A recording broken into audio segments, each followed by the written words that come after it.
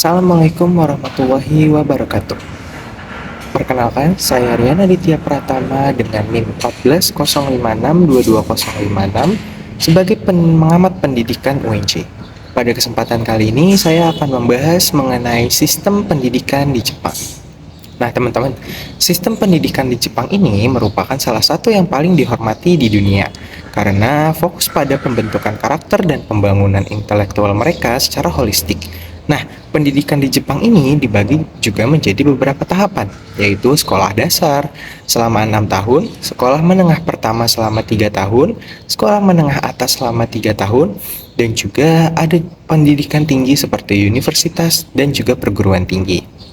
Nah, pendidikan dasar dan menengah pertama adalah wajib dan sepenuhnya dibiayai oleh pemerintah daerah Jepang, menjadikannya sistem yang inklusif dan terjangkau bagi semua masyarakat Jepang yang ingin menjalankan pendidikan.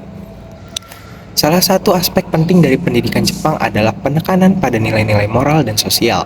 Anak-anak tidak hanya diajarkan untuk menguasai mata pelajaran akademik, tetapi juga bagaimana menjadi anggota masyarakat yang baik. Mereka dilatih untuk memiliki sebuah yang namanya tanggung jawab sosial melalui kegiatan sehari-hari mereka di sekolah, seperti menjaga kebersihan ruang kelas, terus juga membantu menyiapkan makan siang bersama, dan juga menghormati guru-guru. Nilai kedisiplinan, kerja keras, dan rasa hormat terhadap orang lain yang ditanamkan sejak dini menciptakan sebuah budaya kolektivitas yang kuat dalam masyarakat Jepang yang ada di sana. Nah, selanjutnya, proses pembelajaran di Jepang ini juga terkenal dengan sebuah kurikulum yang sangat padat dan standar akademik yang juga tinggi.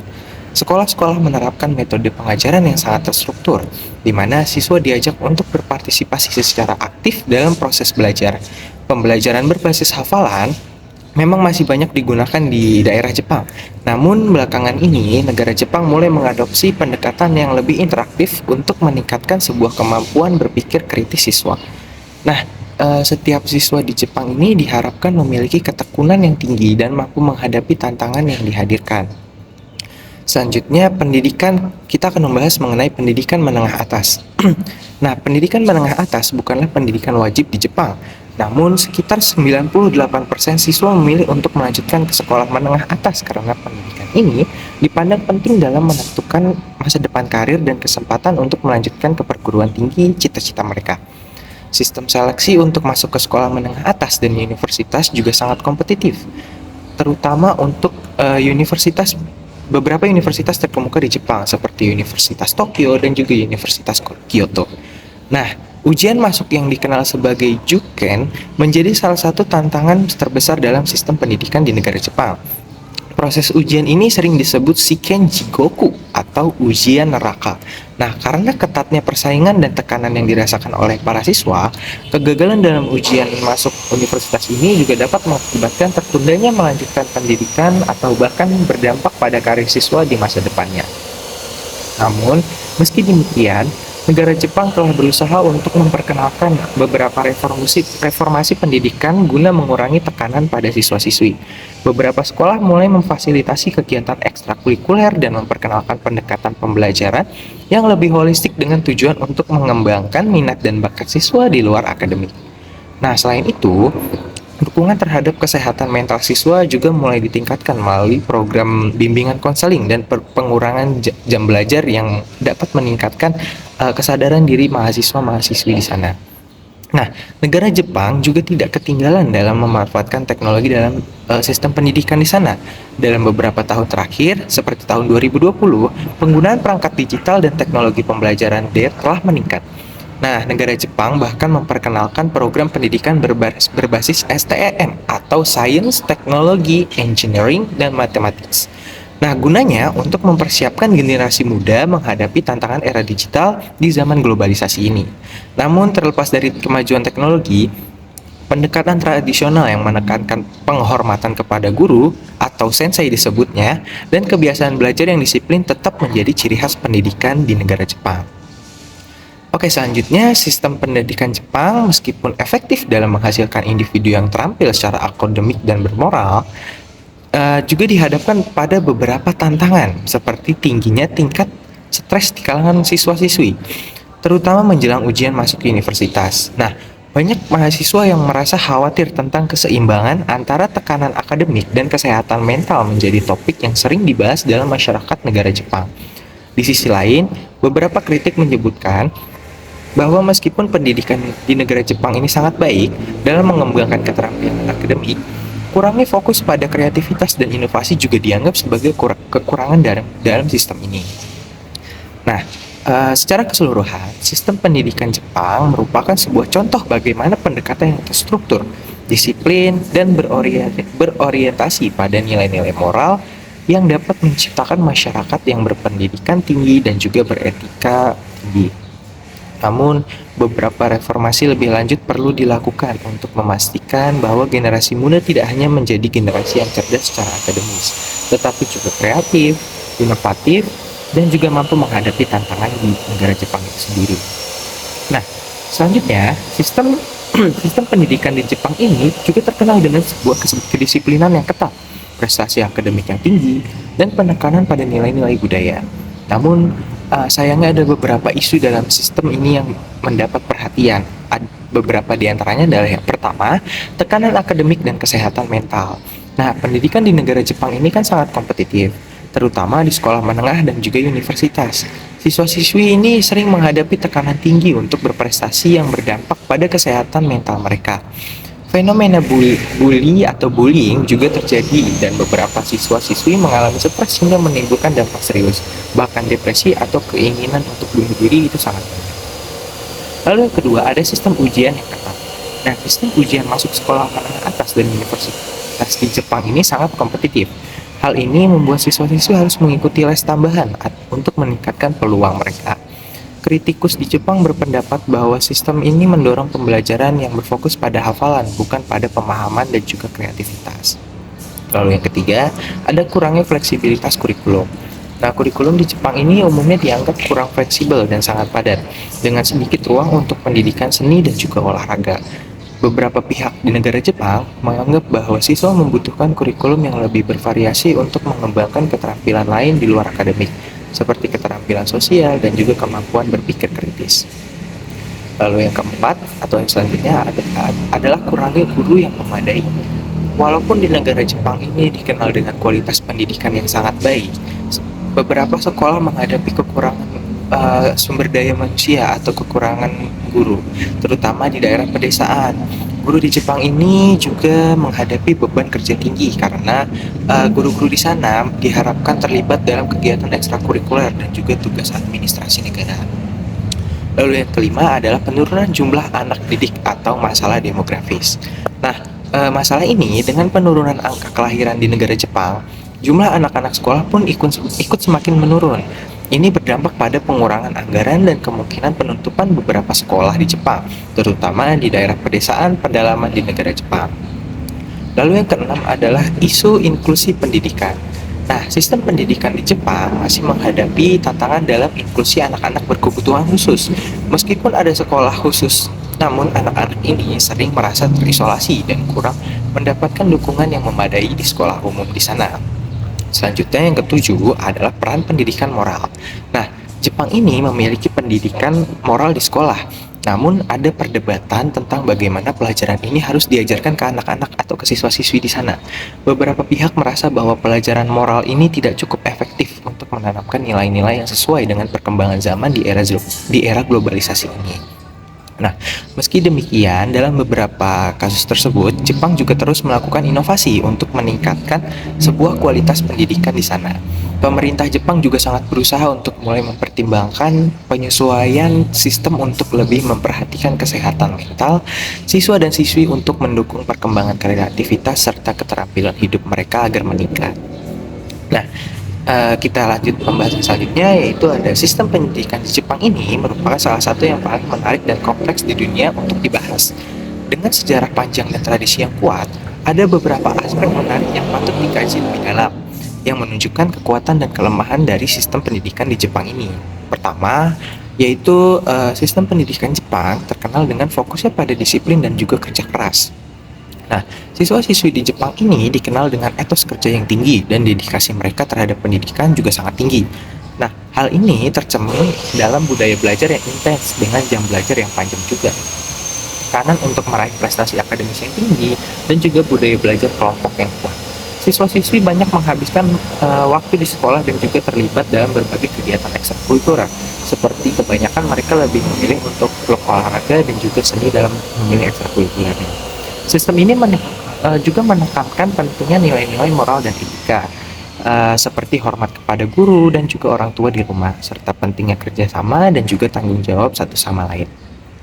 Kedua, kurikulum pendidikan Jepang ini juga dirancang untuk mengembangkan kemampuan berpikir kritis, pemecah masalah, dan juga kreativitas. Kurikulumnya menekankan pada pembelajaran berbasis proyek yang mendorong siswa untuk berpikir secara mandiri dan memecahkan masalah secara kolaboratif atau bersama. Sistem ini juga mendorong siswa untuk mengembangkan keterampilan komunikasi dan presentasi yang baik di depan umum. Nah, ketiga, yaitu sistem pendidikan di Jepang ini memiliki struktur yang terpusat dengan Kementerian Pendidikan, Kebudayaan, Olahraga, Sains dan Teknologi atau biasa yang di sana disebut MEXT. Hal ini juga memiliki peran penting dalam menekankan kurikulum nasional dan standar pendidikan. Nah, hal ini memastikan bahwa semua siswa di seluruh Jepang itu menerima pendidikan yang relatif sama, jadi tidak ada yang tertindas dan juga tidak ada yang tertinggal. Namun, sistem ini juga dinilai memiliki beberapa kelemahan, seperti tekanan yang tinggi pada siswa untuk sukses dan kurangnya ruang untuk mengeksplorasi minat dan bakat di jalur luar akademis menjadi salah satu juga kritik yang sering dilontarkan. Nah, sistem pendidikan di Jepang ini juga cenderung menekankan pada penghafalan dan ujian yang dapat menghambat kreativitas dan pemikiran mahasiswa-mahasiswi di sana.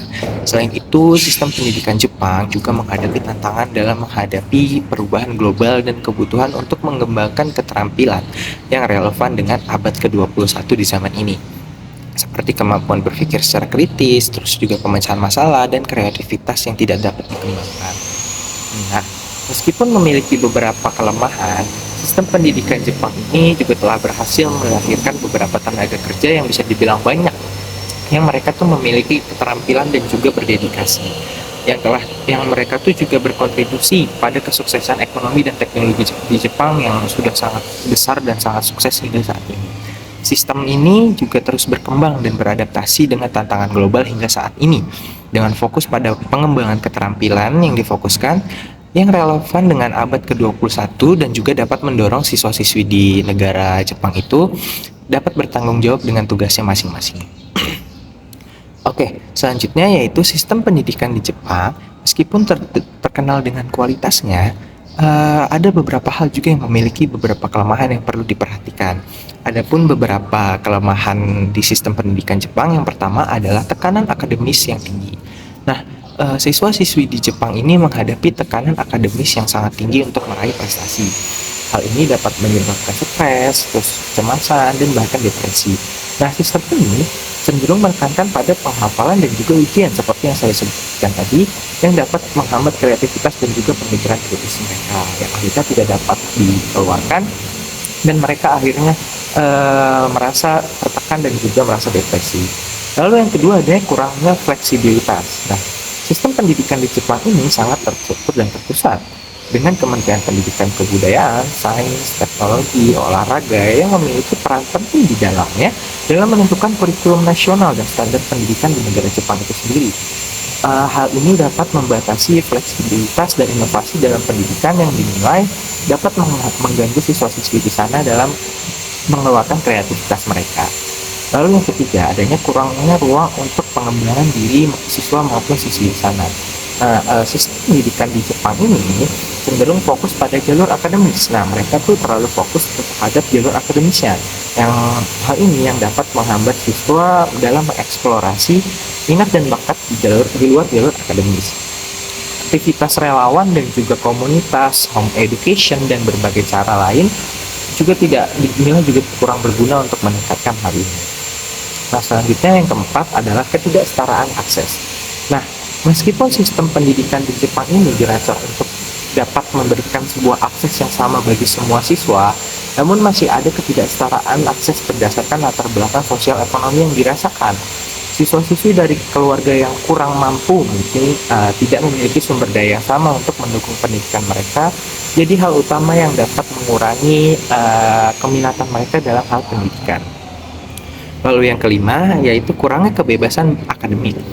Nah, sistem akademik pendidikan Jepang ini memiliki kurikulum nasional yang ketat. Nah, yang dapat membatasi kebebasan akademik dan juga mendorong siswa untuk mengikuti aturan tanpa mempertanyakan hal itu apakah benar atau tidaknya.